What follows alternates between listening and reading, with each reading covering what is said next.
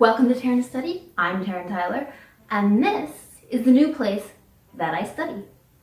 Hallie and I just moved to a new apartment. We actually didn't even used to live together, but now we do.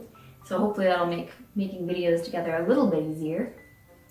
But we have a brand new space, a brand new bookshelf that I am about to fill with all of my books. So I thought today would be an excellent opportunity to give you a bookshelf tour. I've already took a really long time to finally get started because I was going through all my old manuscripts and journals, trying to put them in the cupboard underneath the bookshelf. And I kept getting distracted by finding cool things, like this script that I wrote. It's like half a script or maybe 2/3 of a script. I would kind of really love to finish it. It's got a cast of 4, maybe 5. So if you're interested in me and Hallie filming this cartoon, very short, campy fantasy script, let me know and I will try to work on that for some time in the future. And the very original cover of Snow Roses. My brother drew this for me. He was my cover artist for that book, and this is completely hand-drawn. Yeah, look how it's like so much more beautiful when it's just like the pencil drawing that he did. You can feel all the grooves and everything in this. Anyways, distractions! Book time.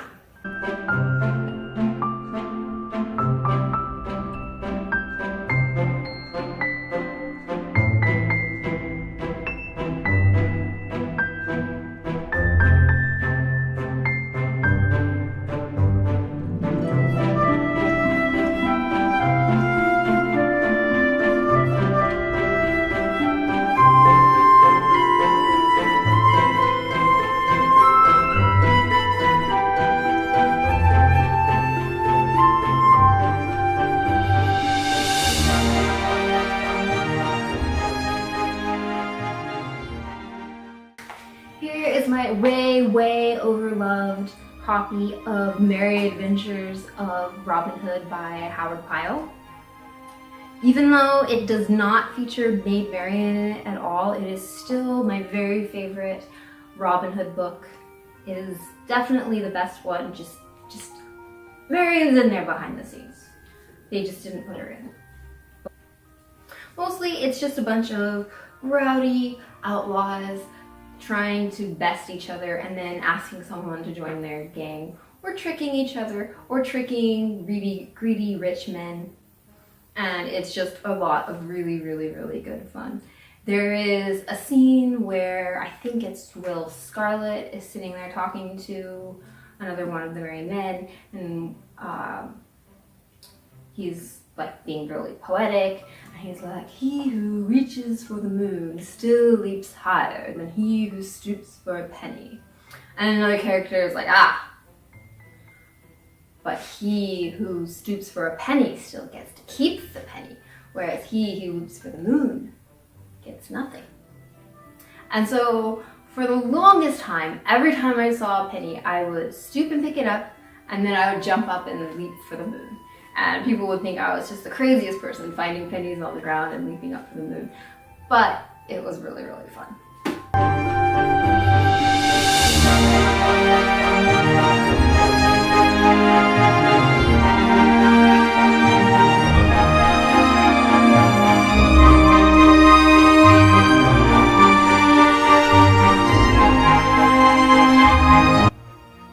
This is a copy of the Acorn Review, which is the literary magazine that my college used, or they still publish it, but I don't go there anymore, so it's not my college anymore.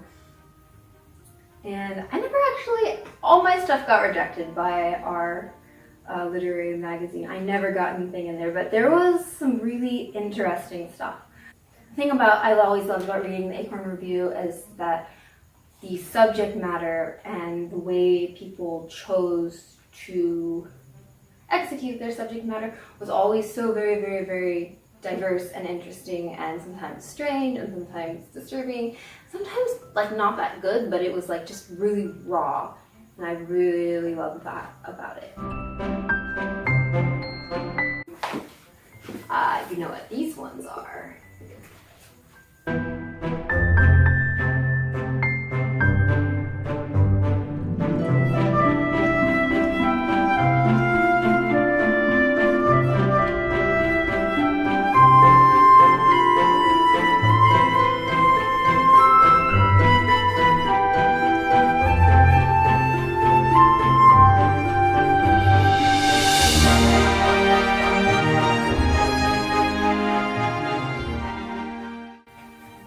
Here's another one of my favorites. It is Sacrifice by Cindy Pon. I've actually met Cindy Pon. She's a local San Diego author, and she's a total sweetheart, but she's also very, very, very talented. And I love how independent her characters are, in ways that they don't act like they're trying to prove that they're independent. I also love how creative her plots are. They always go in directions I didn't expect. And she writes diverse characters. Most of her main characters are Asian. And her first two series were fantasy heroine's journey stories, but her newest one is actually a sci-fi. The protagonist is a teenage boy, and that one was really good. I don't want to give too much away, but I would highly recommend any of her books.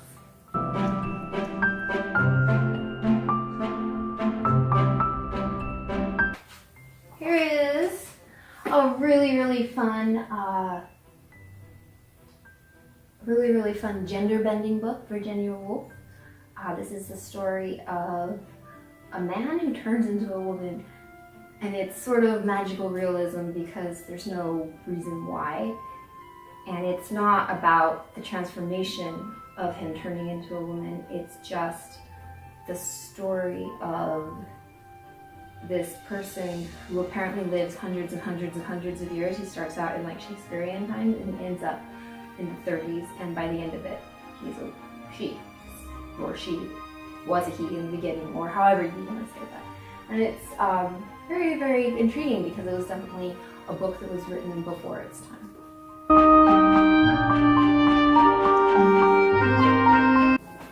Here's one that makes me go kind of crazy. It is actually my anthology from literature class when I was in college, and it is the one from the Romantic era, which always makes me go crazy.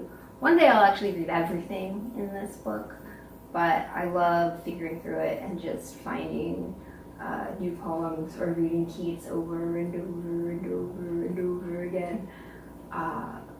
I just love how passionate and committed to beauty, committed to their ideals, and honest that the Romantic poets were, and I find pretty much every word they have ever written.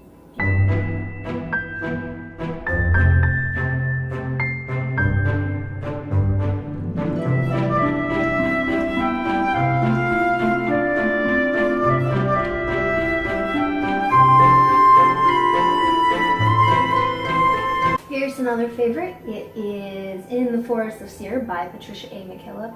I really adore Patricia McKillop's poetic language and just her use of simile and metaphor, and just the way that every single sentence in her entire books feels like poetry or music. But this one is particularly one of my favorites. It has a lot to do with separating the heart from the body, or your emotions from your logic. But of course it's in this tapestry-like background of where she has several different main characters. It's actually been a very long time since I read it. I don't remember any of the characters' names. I just remember the taste and the feel, and how rich and vast the landscape felt.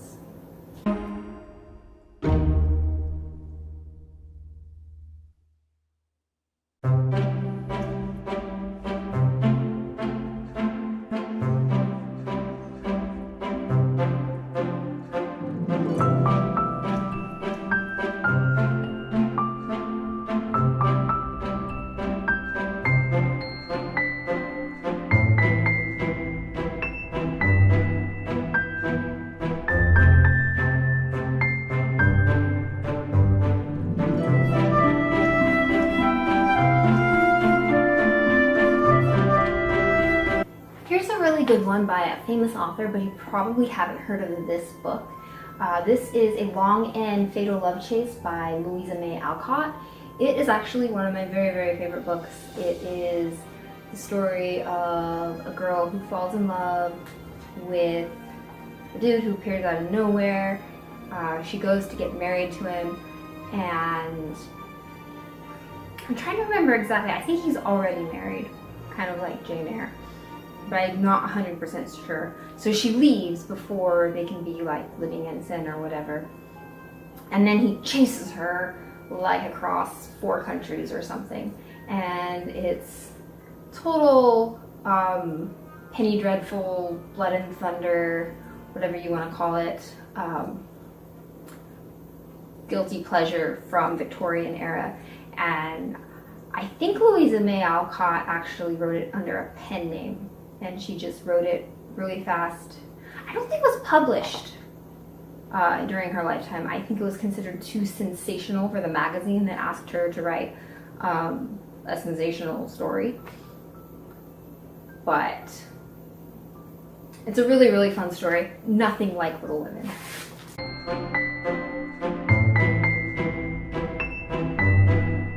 And here's my zine collection.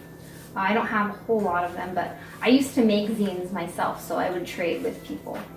And there's, I've got quite a few. I remember Infanticide was a very interesting one about how some mothers used to kill their babies. And Charmed, I'm sure, that one was adorable. It was by Dumpster Mouse, and actually Hallie was her pen pal for a couple of months. They would write each other letters. Oh, and this one was really fun. It was this vacation that 3 guys took in India, and they all journaled about it the whole time. And then they put all 3 of their journal entries into the zine, and yeah, you got to see the same story happen from 3 different people's perspectives. It was very fascinating. And it was, of course, I mean, I felt like they learned a lot in their journey. It wasn't just a vacation for fun. They had a lot of fun, but they also had a lot of discoveries, because they were living in a country where the culture was so completely different. And it was like it was a lot of hard work to get from point A to point B.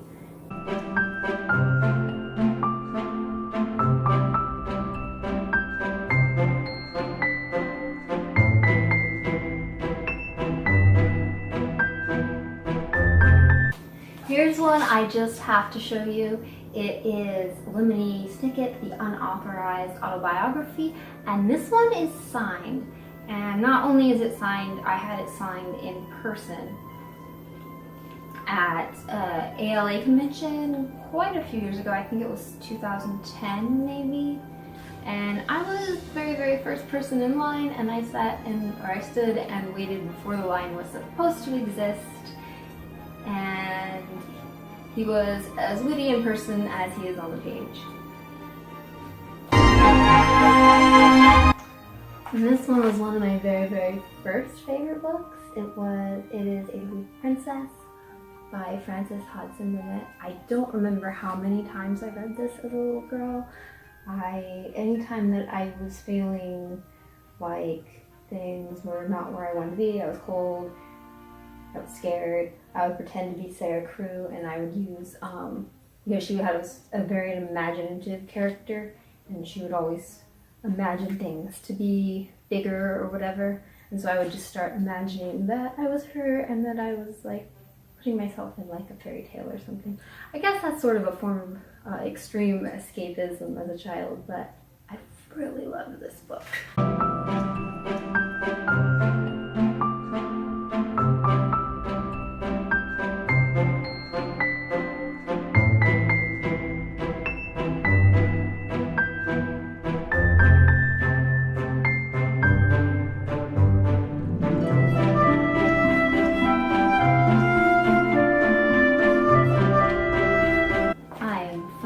Almost done putting all the books in the bookshelf. It is probably 4 hours past my bedtime, But there's one more book that I really want to share with you, and that is The Blue Fairy Book by Annie Lang.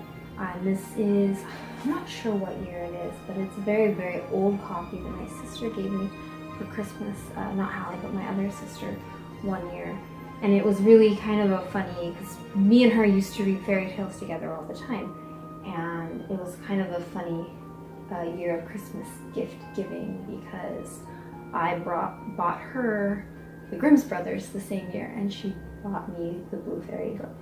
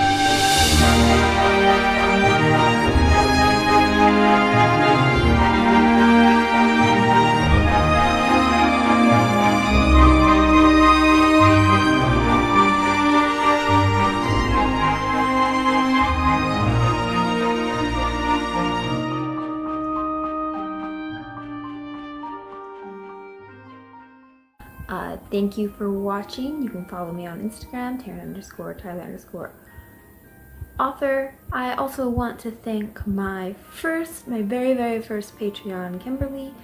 I think your support means everything to me. And we will see you next time with more videos.